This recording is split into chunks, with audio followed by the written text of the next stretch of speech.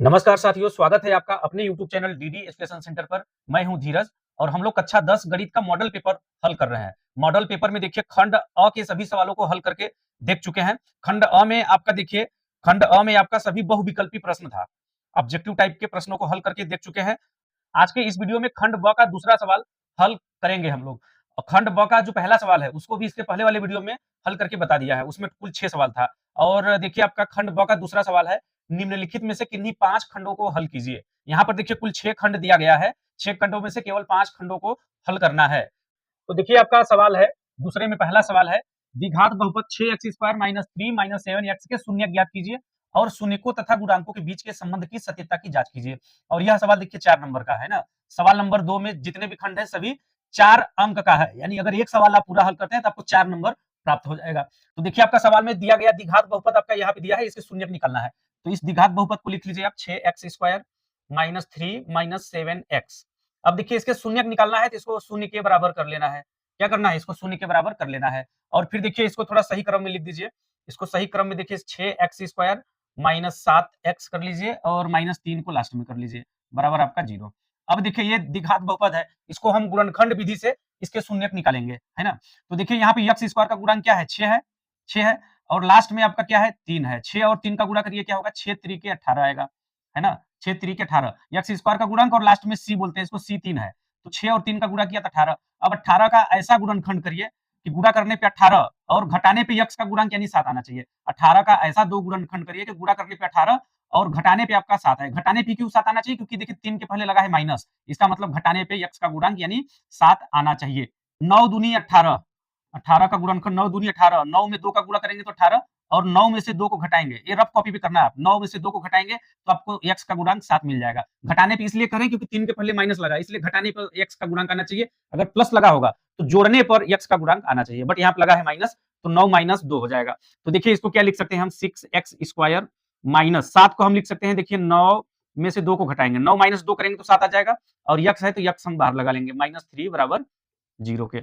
और फिर देखिए क्या करिए, x का अंदर ले जाके गुणा करिए, आपका देखिए हो जाएगा अगले स्टेप में x 6x² - 9x हो जाएगा। x का गुणा भी होगा, अंदर माइनस भी जाएगा, तो माइनस माइनस आपका अंदर प्लस हो जाएगा, x का गुणा 2 में 2x हो जाएगा और फिर आपका -3 है, बराबर आपका 0। अब देखिए यहाँ से 2-2 का पेयर बना लीजिए, है ना। और फिर देखिए इन दोनों में क्या कॉमन दिख रहा है, 3x हमें कॉमन दिखाई दे रहा है, तो 3x हम कॉमन ले लेंगे। तो 3 दूनी 2 बार में x से एक x कट जाएगा, 2x बचेगा, माइनस x से x 3 तरीके 3 बार में कट जाएगा, तो 2x - 3 हो जाएगा। प्लस यहाँ पर देखिए इन दोनों में एक ही कॉमन दिख रहा है हमें, तो एक कॉमन लेंगे तो आपका अंदर 2x - 3 ही रहेगा, है ना, बराबर आपका 0 हो जाएगा। अब देखिए 2x - 3 यहाँ भी, 2x - 3 यहाँ भी है, तो क्या करेंगे, 2x - 3 को हम कॉमन ले लेंगे। 2x - 3 को कॉमन ले लेंगे तो दोनों जगह से खत्म हो जाएगा और फिर दूसरे कोष्टक में बचेगा आपका 3x +1 बराबर आपका 0 हो जाएगा। और फिर देखिए आपका क्या करेंगे, यदि एक बार इसको 0 के बराबर दिखा दीजिए, एक बार इसको 0 के बराबर दिखा दीजिए, तो आपका देखिए हो जाएगा, यदि यदि 2x - 3 बराबर 0, तो आपका देखिए 2x बराबर क्या हो जाएगा, 2x बराबर 3 हो जाएगा और फिर आपका x बराबर हो जाएगा 3/2। तो यहाँ से देखिए x का मान निकल गया हमें कितना, 3/2। इसी तरीके से इसको भी बराबर 0 दिखा लीजिए। यदि 3x + 1 बराबर 0, तो आपका 3x बराबर क्या हो जाएगा, 3x बराबर हो जाएगा -1 और x बराबर क्या हो जाएगा भाई, x बराबर आपका -1/3 हो जाएगा, है ना। तो यहाँ से देखिए इस द्विघात बहुपद का 2 शून्यक मिला, पहला शून्यक 3/2, दूसरा शून्यक -1/3 है। तो नीचे आपको लिख देना है, अतः द्विघात बहुपद के शून्यक 3/2, 3/2 और क्या है, -1/3। तो 3/2 कामा -1/3 है, ऐसा आपको लिख देना है। तो यहाँ से देखिए शून्यक ज्ञात कीजिए तो शून्यक मिल गया था, द्विघात बहुपद के शून्यक 3/2 और -1/3 है। और आगे देखिए क्या कह रहा है कि और शून्यकों तथा गुणांकों के बीच के संबंध की सत्यता की जांच कीजिए। संबंध की सत्यता की जांच करनी है। देखिए यहाँ से सत्यता की जांच करने के लिए सबसे पहले शून्यकों का योग निकाल लीजिए, है ना। यहाँ पे जो शून्यक हमने निकाला है, शून्यकों का योग कर लीजिए आप। शून्यकों का योग बराबर क्या हो जाएगा भाई, शून्यक हमने क्या निकाला है, 3/2 और -1/3, तो इसका योग करेंगे तो आपका हो जाएगा 3/2 प्लस आपका दूसरा शून्य क्या है, -1/3, तो -1/3 हो जाएगा। और फिर मैं बराबर इधर ही कर लेता हूँ, तो 3/2 माइनस हो जाएगा 1/3, क्योंकि माइनस बाहर आएगा तो माइनस प्लस का गुणा आपका माइनस हो जाएगा।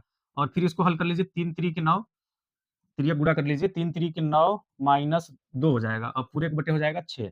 9 में से 2 को घटाएंगे तो क्या आएगा, हमें क्या मिलेगा, 9 में से 2 को घटाएंगे तो हमें मिल जाएगा 7/6। ठीक है, शून्यकों का योग हमें प्राप्त हो गया कितना, 7/6। इसी तरीके से शून्यकों का गुणनफल निकाल लीजिए। क्या करिए आप, शून्यकों का गुणनफल निकाल लीजिए। शून्यकों का गुणनफल बराबर क्या हो जाएगा आपका, शून्यक हमने क्या निकाला, 3/2 और -1/3, तो इसका गुणा कर लीजिए, 3/2 इंटू -1/3 शून्यकों का गुणनफल। शून्यक हमने जो निकाला है उन्हीं शून्यकों का गुणनफल हमें निकालना है। तो देखिए यहाँ से शून्यकों का गुणनफल क्या हो जाएगा, 3 से 3 कट जाएगा, -1/2। यहाँ से देखिए शून्यकों का गुणनफल हमें कितना मिल गया, -1/2, और शून्यकों का योग हमें मिल गया 7/6। अब देखिए द्विघात बहुपद जो दिया है उसके आधार पे शून्यकों का योग और गुणनफल निकाल लीजिए, देखिए दोनों बराबर आता है क्या। तो यहाँ पर देखिए आपका द्विघात बहुपद लिख दीजिए आप, द्विघात की तुलना हम करेंगे किससे करेंगे भाई, ax² plus bx plus c से, है ना, किससे तुलना करेंगे, ax² plus bx plus c से हम तुलना करेंगे। ठीक है, तो कर दीजिए तुलना। जब तुलना करेंगे तो आपका देखिए यहाँ से a बराबर क्या मिलेगा, a क्या है, x² का गुणांक, और इस द्विघात बहुपद में x² का गुणांक क्या है, 6 है, और यहाँ पे देखिए x का गुणांक b है, और यहाँ पे x का गुणांक क्या है, 7x है ना। तो यहाँ पे देखिए b बराबर क्या हो जाएगा, b बराबर आपका -7 हो जाएगा, और c बराबर आपका हो जाएगा -3। इस द्विघात बहुपद के साथ तुलना करना है ना, द्विघात बहुपद 6x² -7x -3 की तुलना ax² plus bx plus c से करने पर हमें a b c का मान प्राप्त हो गया। तो इसके आधार पर देखिए ये जो द्विघात बहुपद दिया है इसके आधार पे शून्यकों का योग देखिए होता है, फार्मूला होता है शून्यकों का योग। शून्यकों का योग, शून्यकों का योग बराबर होता है -b/a, -b/a। तो यहां से देखिए b का मान कितना है, -7, तो माइनस b का मान कितना है, -7, तो -7 कर लेंगे, बटे a क्या है, x² का गुणांक, x² का गुणांक 6 है, हो जाएगा आपका 6 बराबर। देखिए जब माइनस अंदर जाएगा तो माइनस माइनस प्लस हो जाएगा, 7/6 हमें प्राप्त हो गया। और फिर देखिए शून्यकों का गुणनफल निकाल लीजिए इसी तरीके से। तो देखिए आपका शून्यकों का गुणनफल बराबर सूत्र होता है c/a, c/a होता है शून्यकों का गुणनफल। तो यहाँ पर देखिए c बराबर क्या हमने निकाला है, c बराबर -3, तो -3 हो जाएगा। a का मान कितना है भाई, 6 है, तो 6, तो 3 एक कम 3, 3 दूनी 6, यानी आपका -1/2 आ गया। तो यहाँ पर देखिए हमें क्या करना था, शून्यकों तथा गुणांकों के बीच के संबंध की सत्यता की जांच करनी है। तो यहाँ पर देखिए इस द्विघात बहुपद का शून्यकों का योग निकाला, कितना आया, 7/6 आया। शून्यकों का योग देखिए यहाँ पर जो हमने हल किया है, जो शून्यक प्राप्त किया उसके आधार पर योग निकाला तो 7/6, ये दोनों बराबर है। और फिर देखिए आपका शून्यकों का गुणनफल हमने द्विघात बहुपद जो दिया है उसके आधार पर निकाला तो -1/2 आया, और जो हमने शून्यक निकाला है उसके आधार पर शून्यकों का गुणनफल कितना आया है, -1/2 आया है। इसका मतलब देखिए सत्यता की जांच हो गई है ना। हमने जो सवाल को हल करके शून्यक निकाला था उसके आधार पर शून्यकों का योग निकाला, शून्यकों का गुणनफल निकाला, और फिर जो द्विघात बहुपद दिया गया था उसके आधार पर हमने शून्यकों का योग, शून्यकों का गुणनफल निकाला, तो दोनों मान क्या है, बराबर है। तो यहाँ पर आपकी सत्यता की जांच हो गई, सवाल आपका पूरा हल हो चुका है। तो इस टाइप का सवाल आएगा तो आपको ऐसे ही हल करना है। अगर आपको सवाल समझ में आ गया तो वीडियो को एक लाइक करके प्यारा सा कमेंट कर दीजिएगा, जिससे हमें मोटिवेशन मिलेगा। अगर आप हमारी वीडियो को पहली बार देख रहे हैं तो इस तरह का वीडियो देखने के लिए चैनल को सब्सक्राइब करके बेल आइकन दबा दीजिए।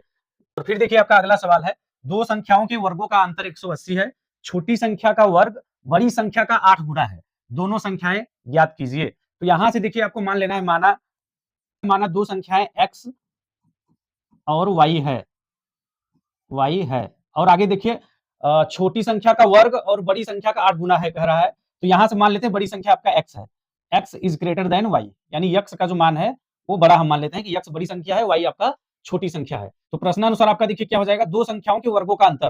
तो पहली संख्या हमने x माना है तो x का स्क्वायर हो जाएगा माइनस y का स्क्वायर, दो संख्याओं के वर्गों का अंतर हो गया, कितना दिया है सवाल में, 180 है, तो बराबर 180 कर लेंगे। ठीक है, ये प्रश्नानुसार है जो सवाल में दिया गया है। इसको मान लेंगे हम समीकरण नंबर 1। क्या करेंगे भाई, इसको मान लेंगे समीकरण नंबर 1। और फिर देखिए प्रश्नानुसार आगे कह रहा है कि छोटी संख्या का वर्ग, छोटी संख्या का वर्ग, छोटी संख्या हमने माना है y, तो छोटी संख्या का वर्ग यानी y का स्क्वायर, क्या कर रहा है, y का स्क्वायर, छोटी संख्या का वर्ग बड़ी संख्या का 8 गुना है, बड़ी संख्या क्या है, x है, इसका 8 गुना है, ऐसा सवाल में कह रहा है। प्रश्नानुसार ये भी है, प्रश्नानुसार पहला कंडीशन, प्रश्नानुसार आपका ये दूसरा कंडीशन, इसको मान लीजिए समीकरण नंबर 2। यहाँ तक किसी को कोई दिक्कत नहीं होनी चाहिए, अगर इतना समझ में आ गया ताकि सवाल आप बना लोगे। तो आपको क्या करना है, दोनों संख्याएं ज्ञात करना है, यानी x और y का मान आपको निकालना है। तो समीकरण 2 का मान समीकरण 1 में रख दीजिए, y स्क्वायर बराबर क्या है, 8x है, तो इस y स्क्वायर का मान उठा के समीकरण 1 में रख दीजिए। आप लिख दीजिएगा समीकरण 1 में रखने पर, तो समीकरण 2 का मान क्या है, y स्क्वायर बराबर 8x, तो समीकरण 1 में उठा के रख दीजिए, तो आपका हो जाएगा देखिए x square minus y square, तो y स्क्वायर बराबर क्या है, 8x, तो आपका हो जाएगा 8x बराबर 180। ठीक है, और फिर देखिए 180 किधर पक्षांतर कर लीजिए, तो आपका हो जाएगा x स्क्वायर माइनस 8x -180 हो जाएगा, बराबर इधर क्या बचेगा 0 बचेगा, 180 को हमने पक्षांतर कर दिया। अब देखिए ये द्विघात समीकरण हो गया, अब इसको हल कर लेंगे हम।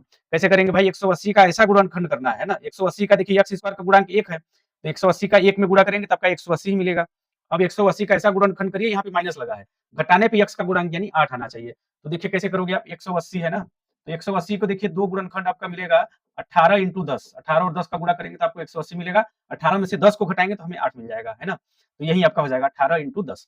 तो आपका देखिए अगले स्टेप में क्या हो जाएगा, x² माइनस 8 को हम लिख सकते हैं क्या, 18 माइनस 10 और लास्ट में x लगा देंगे, माइनस 180 बराबर 0। अब देखिए आपको क्या करना है, 18 में से 10 को घटाएंगे 8 आएगा, 8 का गुणा x में करेंगे ऊपर हम वहीं पे पहुंच जाएंगे, है ना।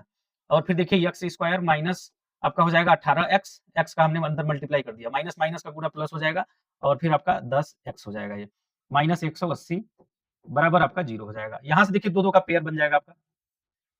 अब देखिए इसमें x कॉमन दिख रहा है तो x कॉमन ले लेंगे, तो अंदर बचेगा x माइनस 18 और दूसरे कोष्टक में क्या बचेगा भाई, प्लस। यहाँ से देखिए इसको हल करेंगे तो आपका देखिए इन दोनों में 10 कॉमन दिख रहा है, तो 10 कॉमन ले लेंगे यहाँ पर, तो आपका हो जाएगा x माइनस 18 बराबर 0।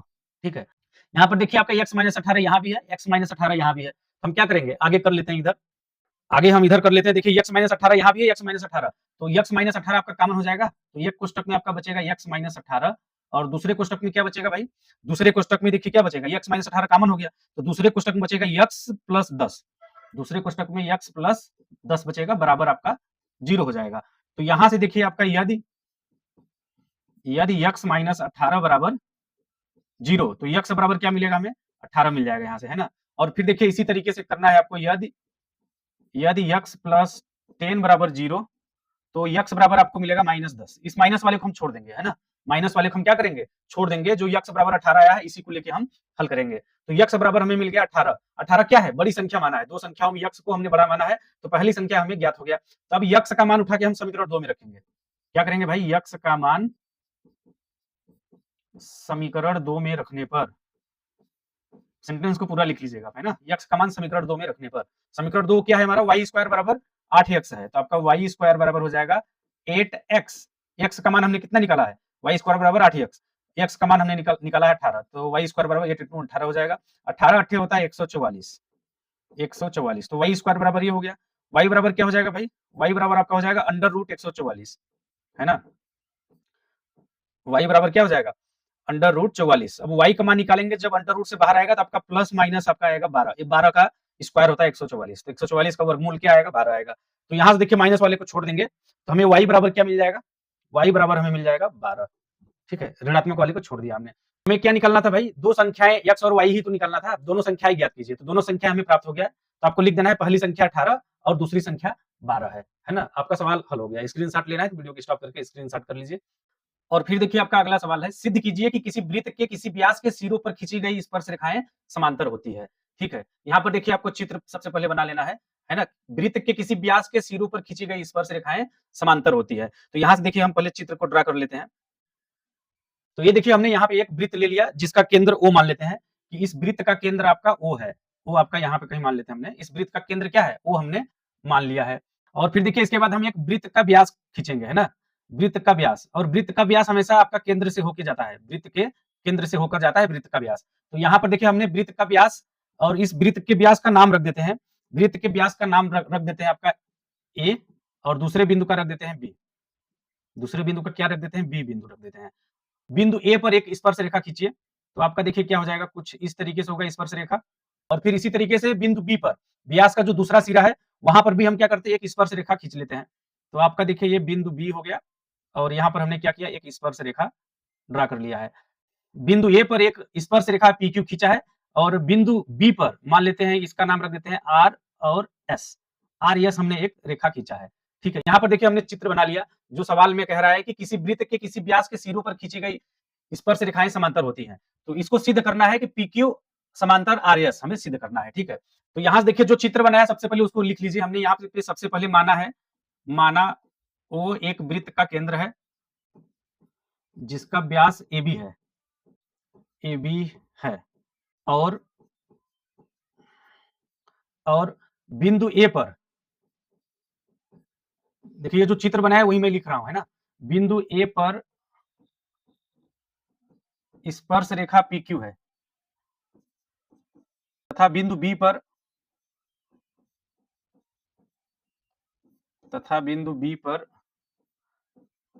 स्पर्श रेखा RS है। यहाँ पर देखिए जो चित्र हमने बनाया है उसी का हमने रचना किया यहाँ पर देखिए हमने क्या लिखा, माना O एक वृत्त का केंद्र है, ये वाला बिंदु हमने O मान लिया, O एक वृत्त का केंद्र है, ये वाला पॉइंट आपका वृत्त का केंद्र है जिसका व्यास AB है, जिसका व्यास आपका AB है, और बिंदु A पर स्पर्श रेखा PQ, बिंदु A पर स्पर्श रेखा PQ हमने ड्रा किया है तथा बिंदु B पर स्पर्श रेखा RS है। तो बिंदु B पर रेखा आपका RS है ना। ये जो हमने चित्र बनाया उसका यहाँ पे उल्लेख कर दिया, लिख दिया हमने। अब देखिए आगे क्या करना है आपको, हमें सिद्ध करना है। क्या सिद्ध करना है भाई, उसको भी लिख लीजिए ना। सिद्ध करना है क्या सिद्ध करना है, PQ समांतर का देखिए ये सिंबल होता है समांतर RS, ये हमको सिद्ध करना है। यानी ये जो रेखा PQ है समांतर है RS के, हमें ये सिद्ध करना है। यहाँ पर देखिए आपका त्रिज्या OA और OB वृत्त के स्पर्श बिंदु पर लंबवत होती है। इसका क्या मतलब है, देखिए यहाँ पर हमने लिख भी दिया, वृत्त के स्पर्श बिंदु पर त्रिज्या OA और त्रिज्या आपका OB है, क्रमशः स्पर्श रेखा के लंबवत होती है। यानी आपका OA त्रिज्या स्पर्श रेखा PQ पर लंब है और आपका त्रिज्या OB स्पर्श रेखा आपका कौन सी है, स्पर्श रेखा RS पर लंब है ना। तो यहाँ से देखिए आप ये भी लिख सकते हैं, आपका क्या OA लंब होता है, किस पे होता है भाई, OA लंब है आपका यहाँ पर PQ पर, ठीक है, PQ पर, ठीक है। और फिर आपका क्या है, OA लंब है PQ पर और OB लंब है किस पे, RS पर। लंब होने का मतलब क्या है कि ये जो स्पर्श रेखा है इसके साथ आपका 90 डिग्री बनेगा, ये भी आपका 90 डिग्री बनेगा और आपका ये भी 90 डिग्री बनेगा और इधर वाला भी कोण आपका 90 डिग्री बनेगा। तो यहाँ पर देखिए आपका त्रिज्याएं स्पर्श रेखा पर क्या मिल गई, लंब होती है तो आपका कोण BAQ, यहाँ पर देखिए कोण BAQ बराबर होता है कोण आपका देखिए क्या, ABR के, कोण ABR के क्या होगा, बराबर 90 डिग्री।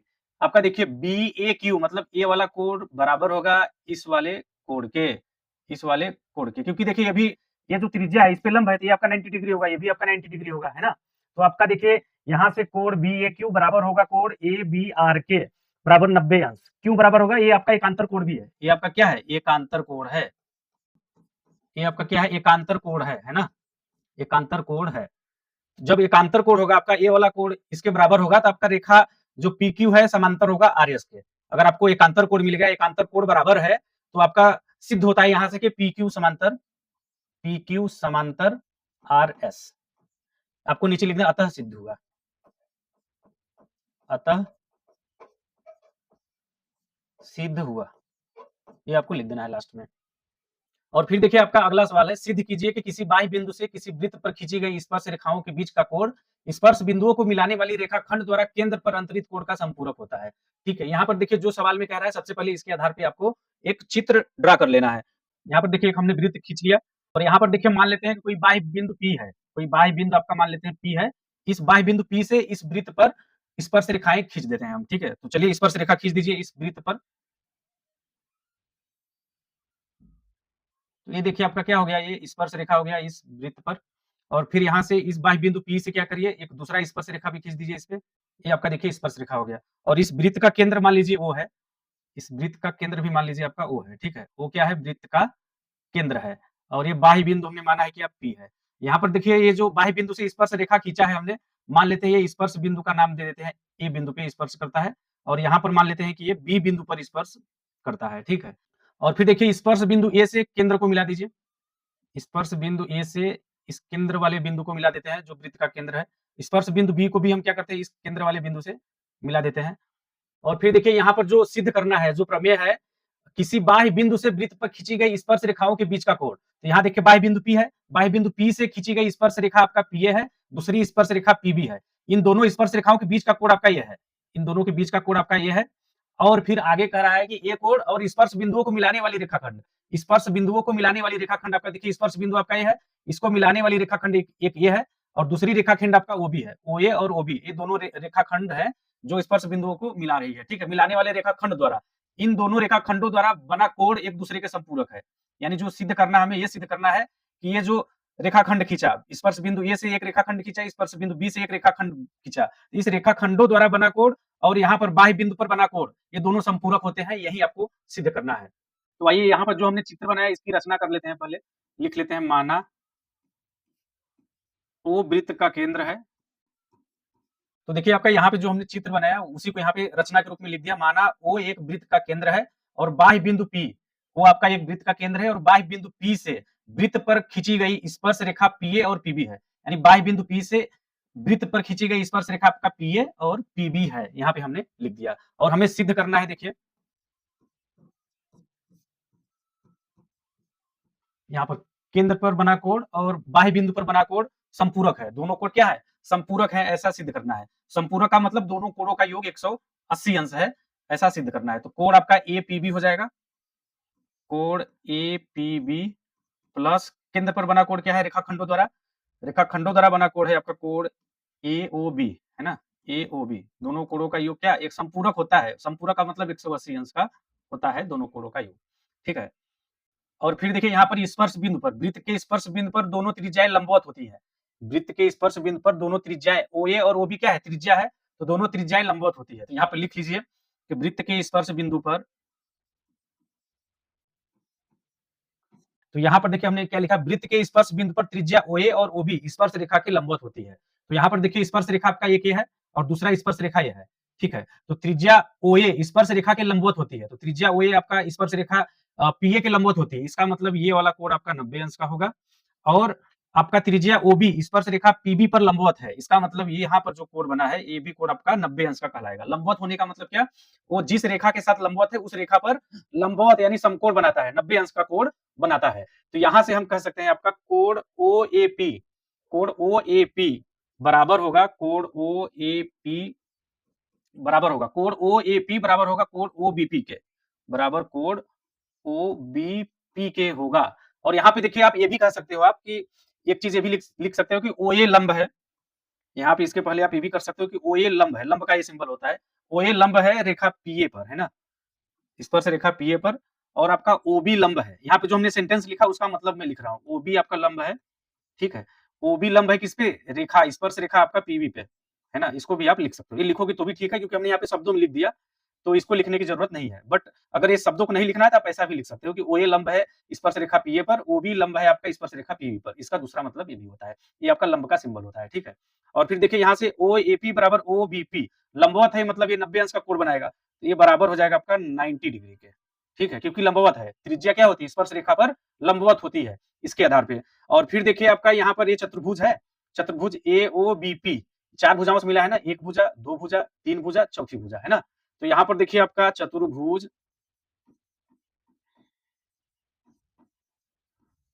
चतुर्भुज है आपका AOBP, AOBP में, चतुर्भुज AOBP में। अब देखिए चतुर्भुज AOBP में क्या हो जाएगा, चतुर्भुज के चारों कोणों का योगफल 360 अंश होता है, चतुर्भुज के चारों कोणों का योगफल 360 अंश होता है। तो यहाँ से देखिए आपका कोण OAP, चारों कोणों को सबसे पहले लिख लीजिए, हम क्या करें चतुर्भुज AOBP में, तो आपका देखिए AOBP में क्या हो जाएगा, कोण OAP प्लस कोण हो जाएगा आपका OBP, कोण आपका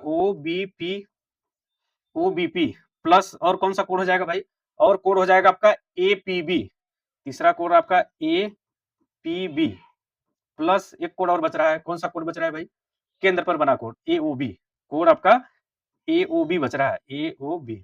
ये हो गया, चारों कोणों को हमने लिख लिया, ध्यान से देखिए चारों कोणों को लिख लिया हमने चतुर्भुज AOBP में। तो चतुर्भुज के चारों कोणों का योगफल होता है 360 अंश, है ना, ये तो कक्षा 6 में ही पढ़ाया गया है कि चतुर्भुज के चारों कोणों का योगफल 360 अंश का होता है। तो यहाँ से देखिए OAP और कोण आपका OBP बराबर 90 अंश है, तो OAP की जगह पे हम 90 अंश लिख देंगे और प्लस OBP बराबर भी 90 अंश है, तो इसके जगह पे भी आपका 90 अंश हो जाएगा और प्लस कोण हो जाएगा APB और प्लस कोण हो जाएगा AOB, है ना, बराबर आपका 360 अंश, ठीक है। तो यहाँ से देखिए इन दोनों को उस साइड पक्षांतर करेंगे, इन दोनों को जोड़ेंगे तो हमें क्या मिलेगा, 180, 90 प्लस 90 क्या होता है, 180 होता है, और 180 को हम उस साइड पक्षांतर करेंगे, उस साइड पक्षांतर करेंगे तो इधर बचेगा केवल आपका कोण APB प्लस कोण AOB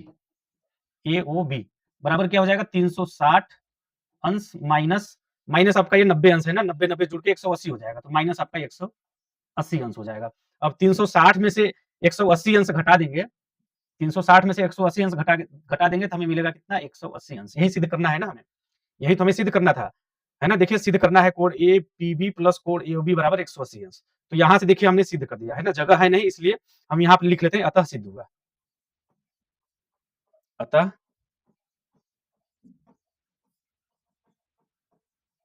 अतः सिद्ध हुआ, है ना। आप सबसे नीचे लिख लीजिएगा अतः सिद्ध हुआ, यही तो हमें सिद्ध करना था, है ना। देखिए आपका अगला सवाल है, एक थैले में 3 लाल और 5 काली गेंदें हैं। इस थैले में से एक गेंद यादृच्छया निकाली जाती है। इसकी प्रायिकता क्या है कि गेंद लाल हो, और दूसरा सवाल है लाल नहीं हो। तो यहाँ पर देखिए कोई एक थैला है, उसमें 3 लाल गेंद है और 5 काली गेंद है।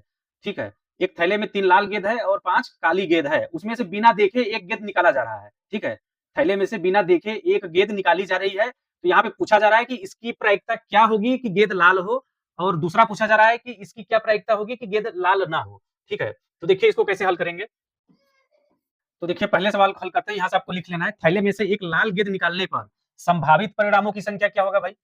थैले में देखिए आपका 3 लाल गेंद है, 5 काली गेंद है, उसमें से एक गेंद बिना देखे निकाला जा रहा है। तो लाल गेंद होने की संभावित परिणामों की संख्या क्या हो सकती है, तो संभावित परिणामों की संख्या हो जाएगा यहाँ पे 3, क्योंकि थैले में क्या है, 3 लाल गेंदें हैं, है ना। और कुल परिणामों की संख्या, थैले में कुल कितनी गेंदें हैं भाई, थैले में देखिए आपका 3 लाल गेंद है और 5 काली गेंद है, तो 3 + 5 हो जाएगा बराबर 8 गेंद हो जाएगा थैले में, है ना। 8 में से एक बार निकाला जा रहा है। तो आपसे पूछा जा रहा है कि लाल गेंद होने की क्या प्रायिकता होगी। यहाँ से आप लिख लीजिए थैले में से,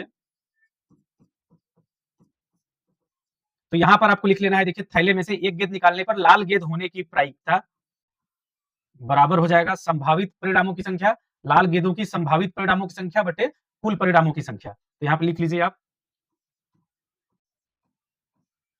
तो यहाँ से देखिए हमने लिख दिया कि थैले में से एक गेंद निकालने पर लाल गेंद होने की प्रायिकता बराबर हो जाएगा आपका संभावित परिणामों की संख्या बटे कुल परिणामों की संख्या। ठीक है, तो संभावित परिणामों की संख्या कितनी है भाई, 3 है। तो संभावित परिणामों की संख्या की जगह पे लिख देंगे 3, और कुल परिणामों की संख्या है 8, तो कुल परिणामों की संख्या हो जाएगी 8। यही आपका आंसर हो जाएगा पहले का, है ना। थैले में से एक गेंद निकालने पर लाल गेंद होने की प्रायिकता हो जाएगी आपकी 3/8, और दूसरे में पूछ रहा है कि लाल नहीं हो, लाल नहीं हो, एक ही गेंद को निकाला जा रहा है ना, एक ही गेंद को निकाला जा रहा है। तो दूसरे वाले को देखिए हल कर लीजिए, थैले में से, तो यहां से देखिए दूसरे सवाल को हल करने के लिए आपको लिख देना, थैले में से एक गेंद निकालने पर लाल गेंद न होने की प्रायिकता बराबर होता है 1 माइनस लाल गेंद होने की प्रायिकता। तो यहाँ पर देखिए लाल गेंद, थैले में से एक गेंद निकालने पर लाल गेंद होने की प्रायिकता हमने कितना निकाला है, 3/8 निकाला है। तो यहाँ पर आपको मान रख देना है 1 माइनस लाल गेंद होने की प्रायिकता कितना है, 3/8।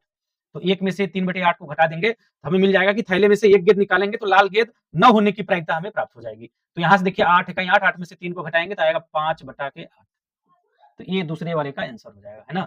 थैले में से एक गेंद निकालने पर लाल गेंद न होने की प्रायिकता आपका 5/8 और होने की प्रायिकता हो जाएगी 3/8। यही आपका आंसर हो जाएगा, है ना। इसको आप नोट करके लिख लीजिए। देखिए आपका अगला सवाल है, नीचे दिए हुए बंटन का माध्यक 28.5 है। यदि बारंबारताओं का योग 60 हो तो x और y के मान ज्ञात कीजिए। यहाँ पर देखिए आपका वर्ग अंतराल दिया है और बारंबारता दिया है। तो यहाँ पर देखिए हल करके हमने ये पहले से सारी बना लिया ताकि आपको कम समय लगे समझने में। तो यहाँ पे देखिए जो वर्ग अंतराल दिया है उसी को हमने लिखा है, और बारंबारता जो लिखा है उसको हमने लिख दिया है। तो यहाँ से आपको सबसे पहले देखिए संचयी बारंबारता निकाल लेना है। तो संचयी बारंबारता देखिए आपका, संचयी बारंबारता पहला वाला नंबर सबसे पहले हो जाता है, ये संचयी बारंबारता है ना। 5 है तो 5 ही रहेगा। फिर इसके नीचे देखिए, इसके नीचे वाले को जोड़ के लिखते हैं ना।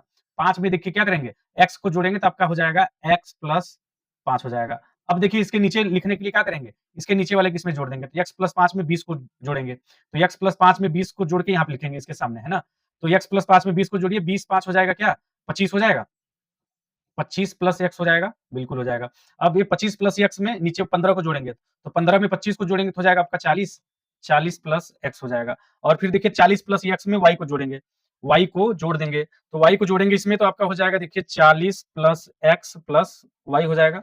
और फिर देखिए 40 में 5 को जोड़ेंगे तो 40 5 हो जाएगा 45, 45 + x + y। और यहाँ से देखिए बारंबारता है ना, बारंबारताओं के योग को n से रिप्रेजेंट करते हैं ना, किससे करते हैं, n से रिप्रेजेंट करते हैं।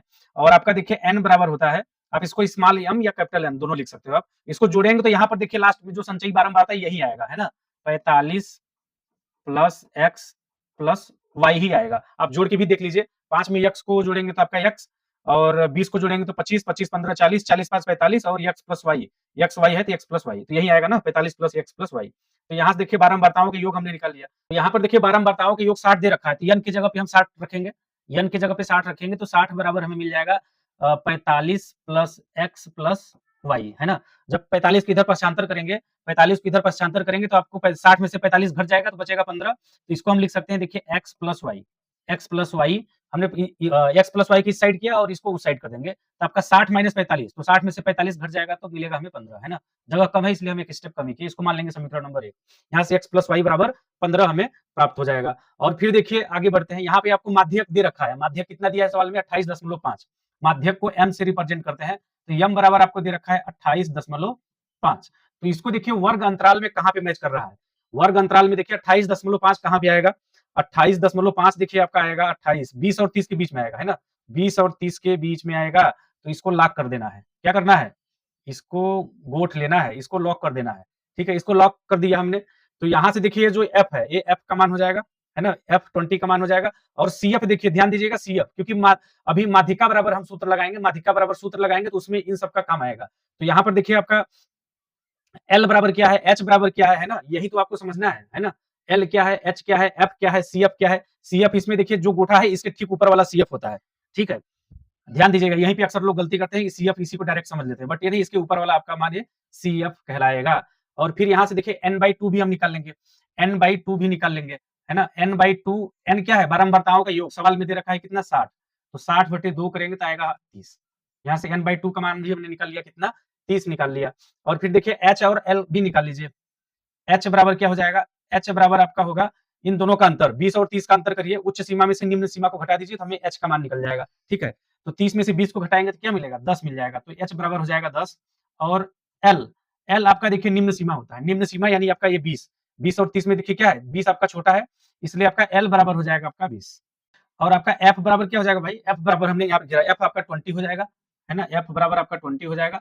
और CF जहां पे देखिए माध्यक मैच किया है 20 और 30 के बीच में, यहाँ पर देखिए CF है ना, संचयी बारंबारता इसके जस्ट ऊपर वाला लेते हैं, है ना, CF आपका x प्लस 5 हो जाएगा, CF बराबर हो जाएगा x प्लस 5 हो जाएगा। अब देखिए माध्यक बराबर सूत्र क्या होता है, माध्यक m बराबर फार्मूला होता है आपका L plus n/2 minus CF, यही होता है ना भाई, CF बाई होता है आपका F और इंटू होता है पूरे के H में, ये आपका माध्यिका या माध्यक बराबर सूत्र होता है, ठीक है। तो यहाँ पर देखिए सभी का मान उठा के रखिए और इसको हल करिए। माध्यक आपको दे रखा है कितना 28.5, तो m की जगह हो जाएगा आपका 28.5 बराबर आपका L है।